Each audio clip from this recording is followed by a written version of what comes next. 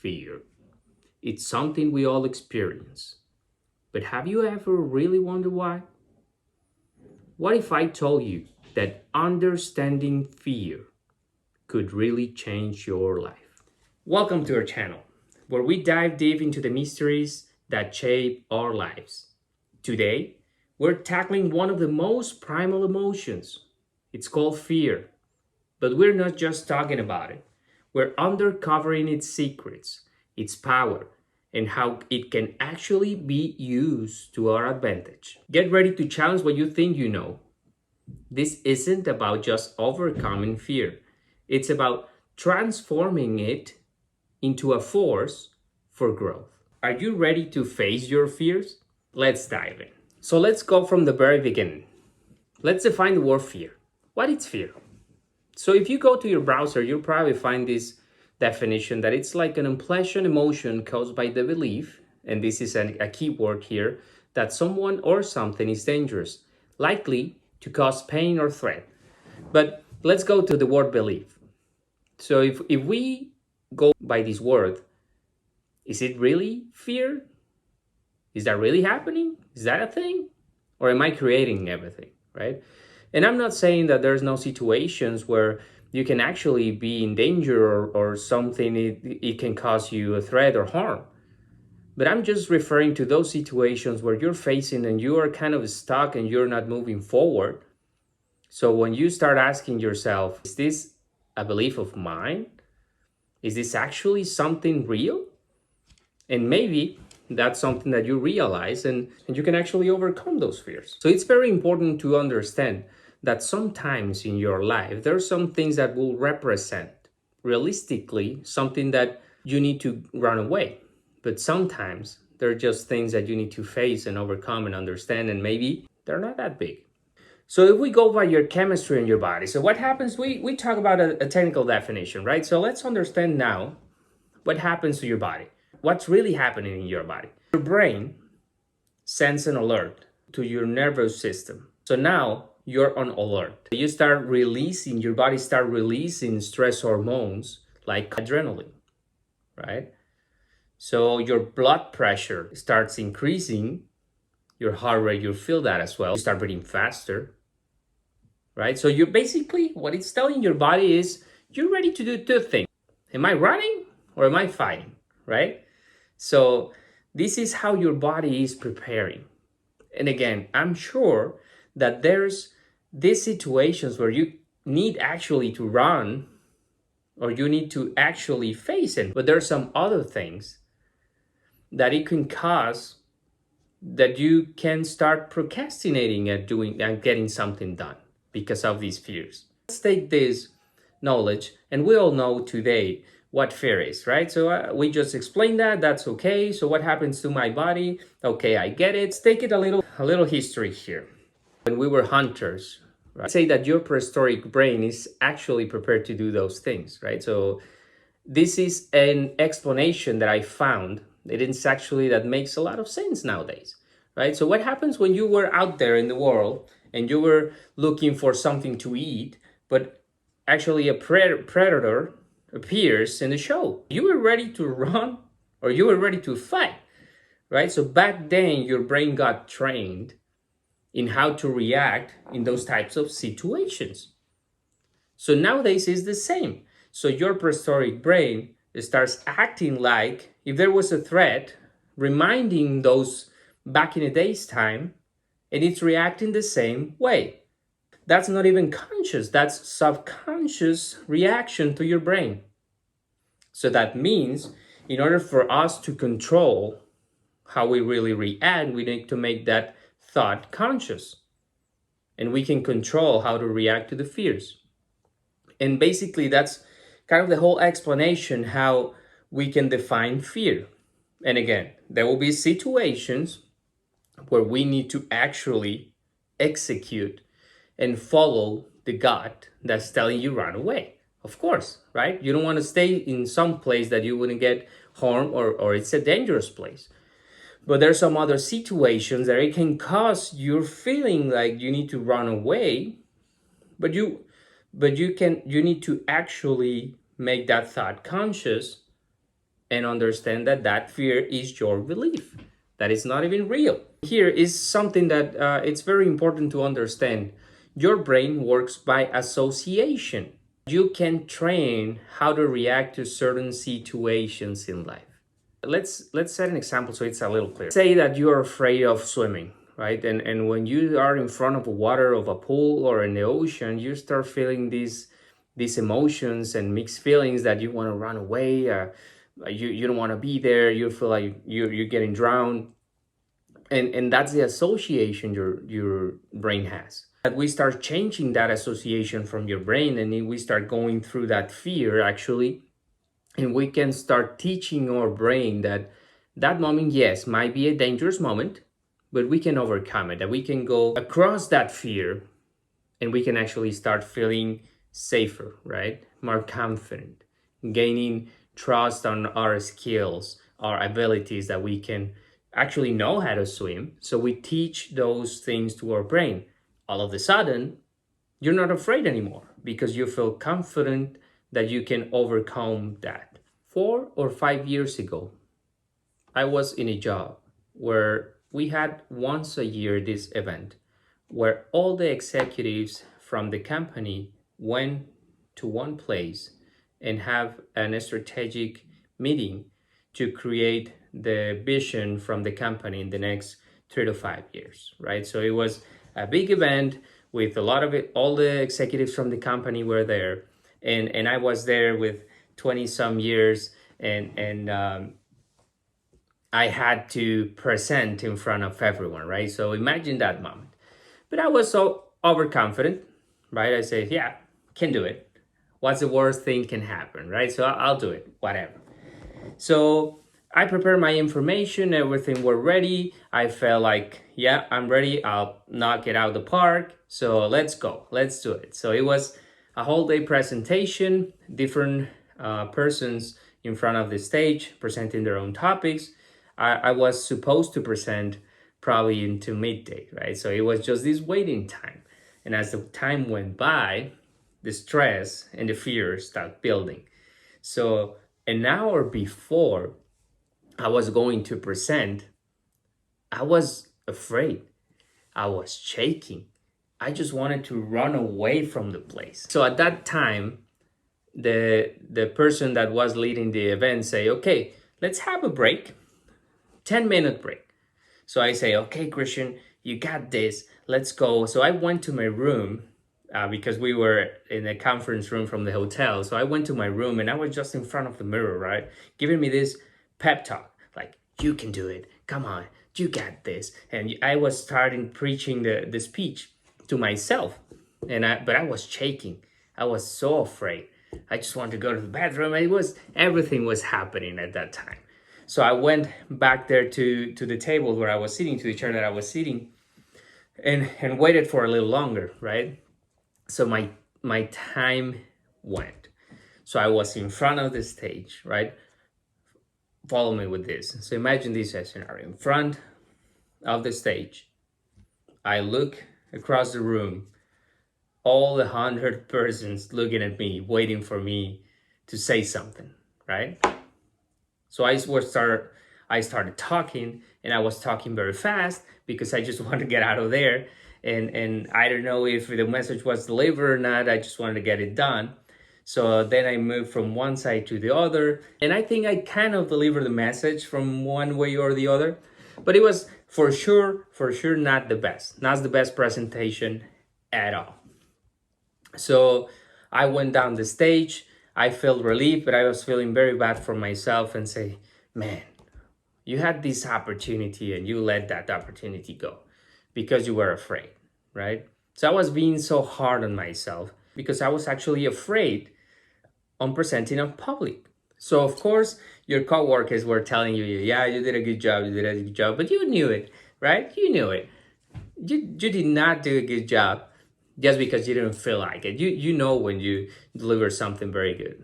But I did it, right? So it was a big milestone at that time just to overcome that fear because one, it was a presentation in front of people that I didn't knew back then. And second, it was a presentation as well that something that is now, it was not in my mother language. So it was tough, but I overcome it. And just by doing that, I gained a lot of confidence, because if I could do that, I could I could do anything, right? I could do it again and again. And I'm sure every time I do it, it'll get better and better and better, right? So that's why it's important to overcome your fears, to really say, okay, what's the worst thing that can happen? People laughing at me? Okay, maybe we have fun together. Let's go, let's do it. And that was one situation where our brain, like just by thinking about it and letting our head get into ourselves, it created a bigger scenario than we actually were, right? Probably if I look back at that day and I do it again, I'll do it different, because I'll be more confident. I'll look at things different. But the big thing here is never let the fear stop you from doing something that you want to do, right? If you feel fear, do it anyways. What's the worst thing can happen? So that being said, let's talk about tools. 3 things that have worked for me. So that's why I want to share it with everyone. So the first tool here, sit and ask yourself, what does it mean? It means that when you feel fear, just think about it. Sit in a chair. Ask yourself, what do you feel? How do you feel? What are you sensing? Which part of your body is hurting? What are your thoughts? That'll help you to rationalize. And that's one of the things on the fear. And we talked about it on the first definition. It was a belief, right? So what do you think that fear is? And there's one key point to rationalize your fear and actually understand it, right? And I'm not saying that with this, the fear will go away. Not at all, by any means. The fear will be there. But now you'll be understanding, what do you feel? How do you feel? And you can now at that point decide if you can act on it or not, right? If you need to act on it or not, if that fear is going to stop you to moving forward, or that fear, it's fearful enough to stop and run away, right? But at that point, you'll know, you'll understand it, and you can act accordingly. And I'm not saying go one way or the other. I'm just saying do what you think is right. But think about this. If what I'm going to do, it's going to stop me for getting closer to what I really, really, really want to do, to what is my dream, if the answer is yes, I think the answer is pretty obvious. Just go with it. Just go. What's the worst thing can happen? And just do it. But if this fear is not stopping me from anywhere, and it's actually getting myself harm or getting myself in danger, come on. The decision is pretty obvious as well. Run away. Run as fast as you can, as far as you can, right? That's tool number 1. Sit and ask yourself, what am I feeling? What is this? How am I feeling? Second tool, positive self-talk. And this is something that is very helpful, because it's actually helping understand what can I do to talk to myself and say, you can do it, right? Look at myself in the mirror and say, Christian, you can actually do it. You are powerful. You are smart. You are whatever, right? Believe it. The first step to overcome your fears, or to get what you want to do, or go where you want to go, is to believe it. If you don't believe you can do something, you can get something, you'll never do it. Never do it. Because the first step is to believe. So that's why self-talk is so important. It's so freaking important. So believe in yourself. And the tool number 3, what if? The what if question. It's absolutely purely magic. What if? What if I do it? What happens if I do it? Maybe nothing? Maybe something? And even though that I'm thinking happens, what? Can I fix it? Can I overcome it? So that's why it's very important to say what if, right? What if I do it? Maybe I get what I'm looking for. Maybe I don't. When you rationalize fear again, and this is very important because sometimes fear is something irrational, right? And I'll be just probably I'll say some example that it's nonsense, right? Because I go to the pool and I'm afraid on the pool that the monster came down from the water, right? That's my fear. So you think that's rational? You think that's true? You think that can actually happen? Of course not, right? So it's irrational. So as soon as I understand that and I start questioning myself and say, you might be telling lies to yourself, I'll act accordingly and I will overcome my fears. So that's why it's very important. So remember, there's 3 tools that can help you to rationalize and understand your fears. And I'm not saying that your fears will go away, but I'm saying is that you'll understand them and you can act accordingly based on your beliefs, based on what you want to do. Tool number 1, again, let's say it again. Tool number 1 is sit and ask yourself, what am I feeling? How am I feeling? To understand your fear.